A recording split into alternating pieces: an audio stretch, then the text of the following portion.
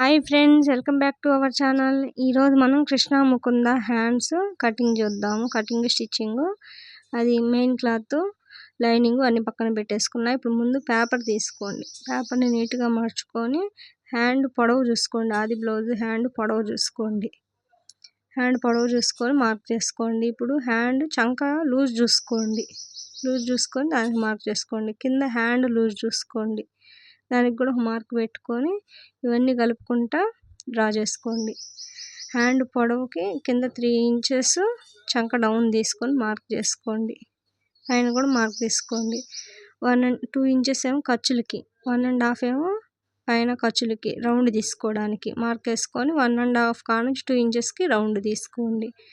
ఇప్పుడు పైన బుట్ట కదా, కృష్ణ ముకుంద అంటే బుట్ట వస్తుంది కదా, దానికి 3 ఇంచులు నేను పఫ్ కోసం తీసుకుంటున్నా. 3 ఇంచులకు మార్క్ చేసుకోండి. ఇప్పుడు 2 ఇంచెస్ మనం ఖర్చులకు తీసుకున్న కాడ నుంచి సగానికి మడుచుకొని టేప్ని ఆ పైన 3 ఇంచెస్ని ఈ మధ్యలోకి మనం అట్లా కలుపుకుంటూ ఒక డ్రా చేసుకోండి. డ్రా చేసుకున్నాక కింద నుంచి 3 ఇంచెస్కి మార్క్ చేసుకోండి. 3.5 ఖర్చులు పోగా 3 ఇంచెస్కి మార్క్ చేసుకొని ఇందా మనం తీసుకున్న మధ్యకి దాన్ని అట్లా క్రాస్గా ఒక లైన్ డ్రా చేసుకోండి. చేసుకున్నాక వీటిని కట్ చేసేసుకోండి నీట్గా. వీడియో నచ్చితే సబ్స్క్రైబ్ చేసుకోండి, షేర్ చేయండి, లైక్ చేయండి. మీకు ఏమైనా డౌట్ ఉంటే కామెంట్ చేయండి. ఇప్పుడు అట్లా ఏ పీస్కి ఆ పీస్ కట్ చేసేసుకోండి. ఇప్పుడు మెయిన్ క్లాత్ తీసుకొని ఇట్లా వస్తుంది అనమాట. లైనింగ్ తీసుకోండి. లైనింగ్ తీసుకొని కింద ఉన్నది మనం ఫస్ట్ కింద కట్ చేసుకున్నాం కదా, దాన్ని పెట్టేసి కట్ చేసేసుకోండి. నీట్గా పెట్టేసి కట్ చేసేసుకోండి. పేపర్ అనేది లాగకుండా ఏదైనా పెట్టండి. 1/4 ఇంచు మందం కొంచెం ముందుకు పెట్టుకోండి, మనం రివర్స్ చేస్తాం కదా దాన్ని, అందుకని 1/4 ఇంచు ఎక్స్ట్రా తీసుకోండి. కట్ చేసేసుకోండి మొత్తం నీట్గా. ఇది కట్ చేసుకున్నాక పై పీస్కి నేను వేరే లైనింగ్ తీసుకున్నాను, సిల్క్ లైనింగ్ తీసుకున్నాను. ఎందుకంటే మనకి పఫ్ అనేది బాగా లెగిసిద్దని నేను కొంచెం సిల్క్ క్లాత్ అనేది తీసుకున్నాను.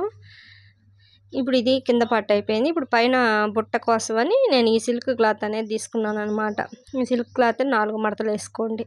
4 మడతలు వేసుకొని ఆ పేపర్ అనేది దాని మీద పెట్టేసుకొని పైన ఏమో యాజ్ ఇట్ ఈజ్గా పెట్టేసుకోండి. సైడ్ ఏమో 1/4 ఇంచు కుట్లకు పోయింది కాబట్టి కొంచెం 1/4 ఇంచు ఎక్స్ట్రా తీసుకుంటున్నాను నేను. ఇప్పుడు పైనుంచి మనం ఎలా ఉందో పేపరు సేమ్ అంతే, ఇంకేం ఖర్చులకు తీసుకోవద్దు. సైడ్ మాత్రమే ఖర్చులకు తీసుకోండి.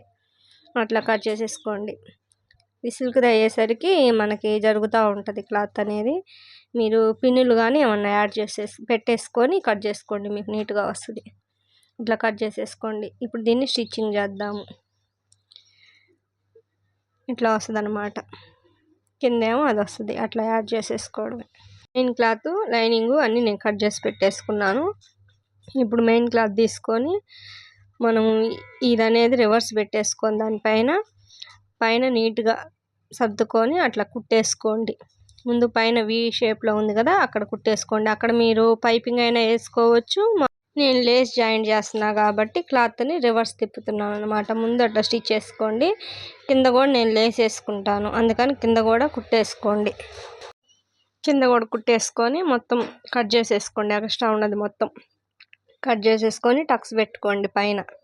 పై వైపున వి షేప్లో ఉన్న కాడ ఒక టక్ ఇచ్చుకోండి. మీకు రౌండ్ అనేది నీట్గా తిరిగిద్ది అనమాట. మనకి రివర్స్ అట్లా రివర్స్ తిప్పేసుకోండి. క్లాత్ని రివర్స్ తిప్పేసుకొని దానిపైన ఒక స్టిచ్ చేసుకోండి.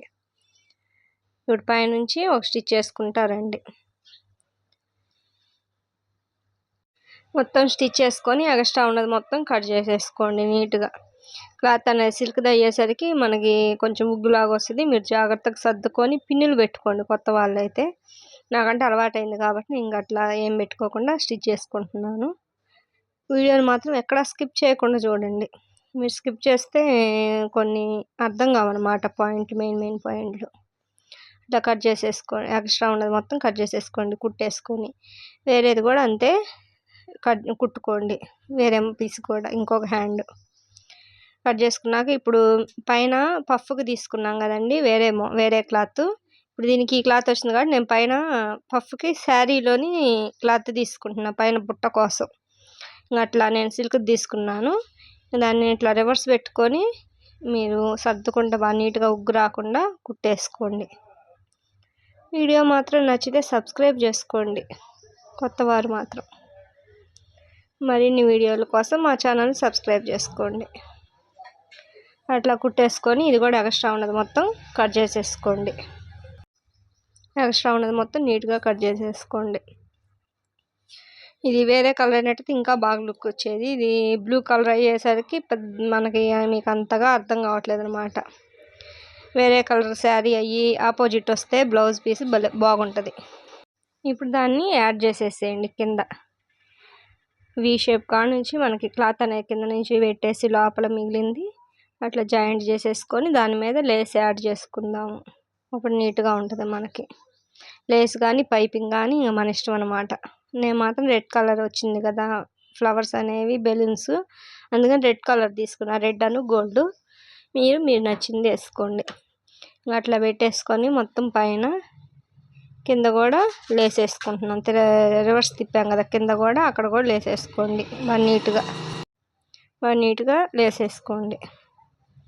పైన ఏమో పఫ్ బుట్ట కుట్టుకుందాము. మామూలుగా అయితే నేను బ్లౌజ్ హ్యాండ్స్ జాయిన్ చేసేటప్పుడు కుట్టుకుంటాను. ఇంక నేను మీకు చూపించాలని ముందే కుడుతున్నాను అనమాట.